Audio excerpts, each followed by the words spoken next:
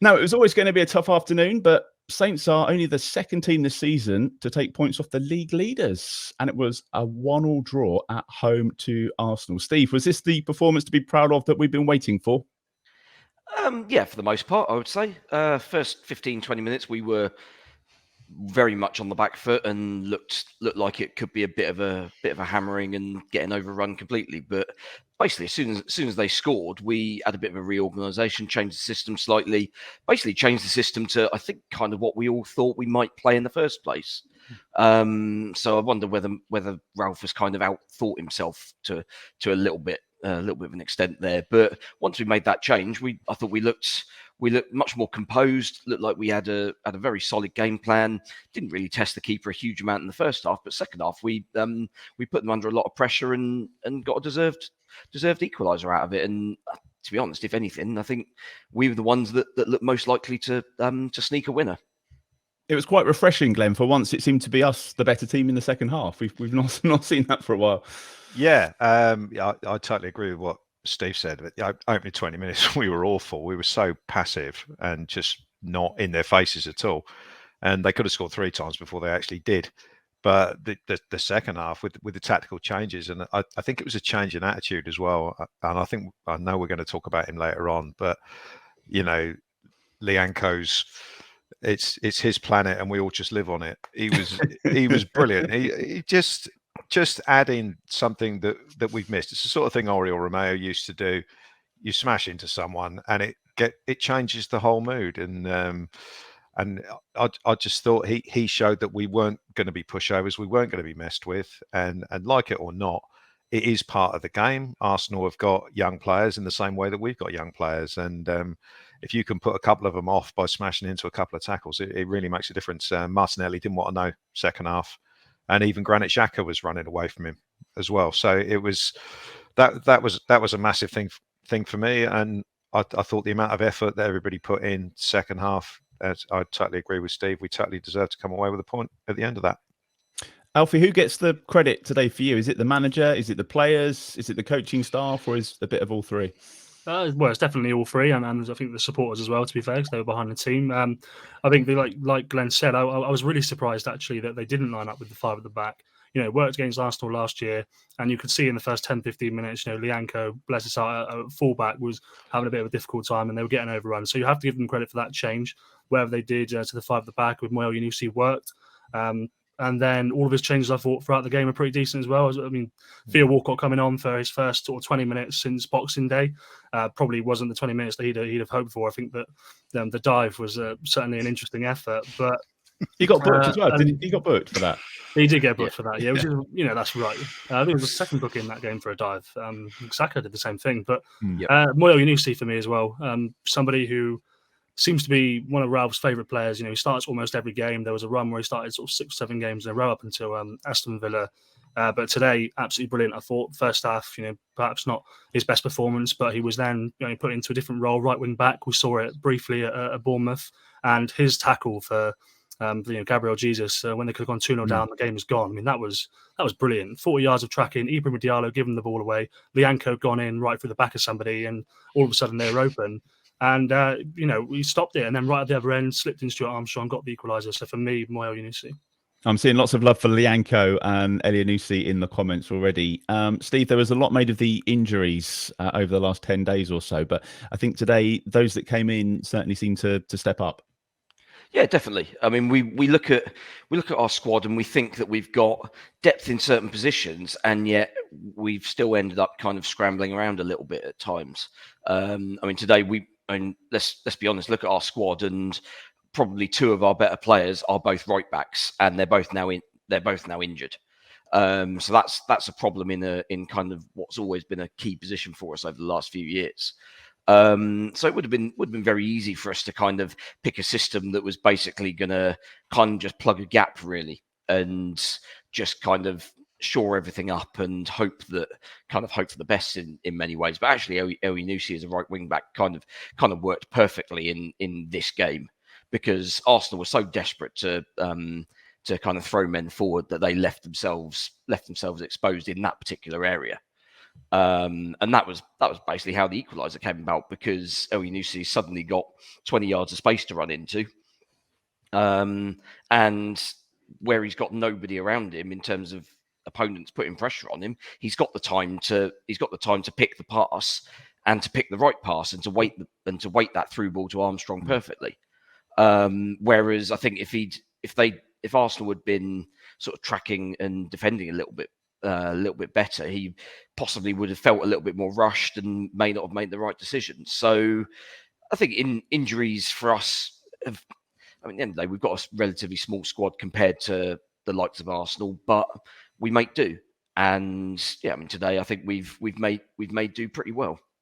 Let's talk about that first 25 minutes or so, Glenn, because Arsenal started really well and they almost didn't get out of first gear. I was thinking, this is not good. We were talking about, should we go to the pub and watch the T20? I was fearing the worst, but something seemed to change. That we just didn't seem to start too well. We were a bit too nervous. Very passive, I thought, and we let Arsenal just play the ball around and do what they wanted. Our two in midfield, Ward-Prowse and Diallo, were nowhere. They weren't influencing the game at all. Absolute passengers, and just letting Arsenal pass the ball. And if you let teams like Arsenal pass the ball, they're going to cause havoc. And I haven't seen it back, but I mean, I think I'm right in saying they could have scored 3 times before they did. I think Bazunu made one save, and there was one that was put wide narrowly. So we weren't getting close to them at all. 1-0 down. And we didn't look remotely like we had anything going forward. It's really interesting that the goal from Armstrong, if you look at Armstrong's run to pick up Elyounoussi pass, it's a diagonal run. He comes from the left and goes across to the right. In the first half, I was really noticing that everything was in straight lines. Again, people would come short for the ball, but no one would run across. If you think about it, if you're a defender, if someone just runs in a straight line back towards the ball, they're easy. It's your man. You decide whether to go with them or not. If people run across, then the defender's got to make the choice. Do I go with him? Do I hand him over to someone else? It just makes the defending a lot more difficult. I was watching Odegaard in the first half. He was brilliant at that. He just gets on the ball right the way across the pitch. Whereas our players, straight lines didn't work. Armstrong's diagonal run, no one went with him, basically. So he ran, I think it was in front of Gabriel and behind the other centre half, Saliba, or the other way around. Picked up that ball and slotted it. So that was brilliant. But we just weren't doing that in the first half, mainly because it just seemed like we were so panicking about the fact that Arsenal were just shredding their way through us whenever they wanted to. But we did sort it out. And as I said earlier on, I think that games change on incidents. And just smashing into a couple of tackles and Ralph's tactical changes really, really did sort things out. Not great in the first half, but the rest of the first half, but the second half in particular, I just it was an even game in the second half. Whereas for most of the first half, I thought Arsenal looked far and away better than us, which is kind of what you expect. But in the second half, we showed that you can live with teams like that. Is this the plan B that he was talking about after the game, Alfie? I saw a couple of quotes flying around with talk about a plan B that where he changed things up a bit. Yeah, I thought it was quite funny. Actually, explicitly said plan B, because I know that's something that's been levelled at Ralph quite a lot, is that he's got no plan B. I think he certainly has this season. Has he been listening to us? He might well have been. He's had no plan A for a lot of this season. Yeah, it's felt like and look, it was always. It must have been obvious, to be fair. Like we've all said about how the 5 at the back was always the option. So there's no doubt that was always going to be an option. But yeah, it worked out well. I thought what Glenn just said about Stuart Armstrong there was interesting about that run.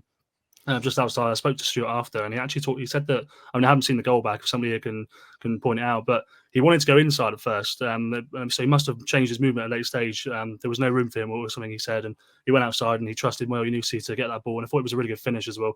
Really, really clever finish. But yeah, it was good to see that he changed things up. And I think Ralph has done that this season. I think the coaches are doing that. They are changing things quickly. And for once, it's come off, and it's good to see. And Alfie, with Elyounoussi and Armstrong, Ralph is still very much kind of bought into these two, because these are the ones where we would say those kind of like number 10s. We'd be looking at the B team and looking at some of the younger players and go, calling for them to come into the team, but I know that he's been speaking about them and still enthused about them as players, and he still thinks they've both got quite a lot to offer. I don't think that he's thought as highly of Stuart Armstrong this season as he probably had done in the past. I think Stuart's played a lot less than he has done, and he talked in pre-season about how he wanted to get him further up the field because he always tries that incisive pass, and then when he does give it away, if he's in the middle of the park, there's no one behind him and they're in big trouble. But certainly El Yunusi, and hopefully this could be a bit of a resurgence for Stu. Last season for me, I said on last time I was on the podcast 2 weeks ago, he was the most important player for Southampton. Every single time he played, they played better than when he didn't. So if he gets back to his best, then it's better for everybody. There was a stat, wasn't it? Every time he was involved, we won, or we didn't lose. No, not quite. That would be quite the stat. No, we didn't. Yeah, Southampton didn't lose. We didn't lose when he was involved, did we, for a bit? So, for 3 years, yeah. Steve, Ralph said afterwards this way, says, I saw a team fighting for the club, fighting for these games and for the result. Were they fighting for the manager too? Yeah, I mean, I think so. I mean, it's at the end of the day, you only have to look at other clubs in this division and their results this week and their performances this week that kind of illustrate when you know damn well that that the players don't care about the guy making the decisions. And when you look at how bad Villa were at Fulham on Thursday, compared to how good, well, certainly how good they were in the first 15 minutes against Brentford today, just won the game early doors, and you kind of look at Leeds as well, that they're the players there seem to be going through the motions a little bit as well. And yet for us, the last 3 games, I mean, second half against West Ham, we were on the back foot a lot, but I don't think it was necessarily a lack of effort. I think there was a fatigue factor in that game. Whereas on Wednesday at Bournemouth and today at St Mary's, second half we've been still at it right to the final whistle. And I think that does show that the players are happy with the direction that the manager is kind of going for them personally, and sort of as a team unit, they're happy that those are the instructions that they're being given. At the end of the day, if they weren't, then this week we'd have seen them down tools. I think the other thing about that is that all the players, or certainly half the team that are playing right now, they're either backups normally or new players because as a result of injuries that we've Southampton have had. So they're playing for the betterment of their careers as well. So I think they're seeing the benefits of that. Yeah, that's a really good shout, actually. Glenn, do you think we could have gone on to win it? I think that would have been a bit greedy, to be honest, especially after the first 20 minutes. Yeah, I think Steve said at the start that if any team looked like nicking it in the last sort of 20 minutes, it was probably us. I thought Sam Edozie had good impact when he came on as well. He's obviously a little bit lightweight. He's just looks like he weighs about 6 stone, but he needs to. If they get him the ball in the right areas, he can certainly do damage in that last 20 minutes. So, I mean, and the thing we haven't mentioned today, of course, was Che Adams was brilliant against Bournemouth, and he couldn't play today. So we had Joe Aribo playing up front, who's not really a striker. He looks a little bit makeshift, but I thought he did well in the hour 70 minutes, whatever it was that he was on, and it was the right time to take him and Adam Armstrong off, because they both sort of like done their best, run themselves into the ground, and so yeah, I think maybe we could have nicked it, but I don't think you'd find a person of a Saints persuasion who was unhappy with getting a point today. I'm not sure it would have been quite as much of a robbery if we had won it compared to last season. No, maybe not. Maybe not. 40% was it possession? I think today. I think I saw That's right, compared to 26 last year. So yeah. I guess the question, Steve, is going to be how we keep that intensity up. It feels a bit like a kind of a line in the sand almost. That was the game that we wanted to see in that second half. So it's how we keep that going and that momentum now. Yeah, I mean, ultimately, players have got to be able to put in these performances back to back. And I mean, they've got a week's break now until we play at Palace next on Saturday. I mean, by the sound of it, they were absolutely abysmal at Everton today. Yeah. So you do wonder whether they're on a little bit of a barren run at the moment, and we might be able to take advantage of that, perhaps. I mean, we've got a pretty reasonable record at Selhurst. It's a ground we quite like going to for the most part. So yeah, I mean, you would imagine there are plans in place this week to put a system in place for the weekend that nullifies the plentiful sort of pacey attacking threats that Palace have got, while being able to take advantage of what looks like a bit of a ropey defence for them. I mean, that's ultimately our issue, isn't it? That we don't convert enough chances that we created. West Ham first half, we had loads of chances, didn't do enough with it, and in the end didn't get the points. Today we've not really created a whole amount in terms of working the keeper, but we have taken the chance when it's come our way, and we need kind of more of the latter and less of the former. Especially against teams who are likely to be sort of in and around us. I think Palace realistically are still going to be sort of lower mid-table sides, and they're the sort that we've got to measure up against. And the injury, Alfie, for Che Adams, that was the major one on the team sheet when that came out. Nothing to worry about too much. Obviously fit enough for the bench. It was just a case of not recovered in time to start. Yeah, he's fit enough to bring him on, so you'd have to assume that a week will be absolutely fine. And we hope that, we don't know how long Romeo Lavia is going to take to get up to match fitness, as Ralph says. But if he's in full team training for a week, is that long enough to maybe see him back? Maitland-Niles will be fully rested as well. So. Yeah, and Glenn, just on the fullbacks, there's a centre back. Sorry, there's a couple of good combinations there and a couple of options that he's got now, which I feel like we didn't necessarily have this time last year. Those that have come in have done okay. Well, I think we touched on it last week. We have definitely upgraded the centre back area in getting the ones out the door that we got out. And when you if everybody's fit, then Chileta Zara is probably still a substitute. But I think did well today, though, didn't he? He's been very good the last two games. He's very a simple kind of defender. He doesn't do complicated things. He heads the ball, he clears it, he's in the right place when he needs to be. The one thing I noticed more in the Bournemouth game than today is that he doesn't seem to quite get there when there's a crowd of bodies around him, like defending corners and stuff like that. You don't sort of see him getting in amongst sort of six players to head it away the same way that Salisu does.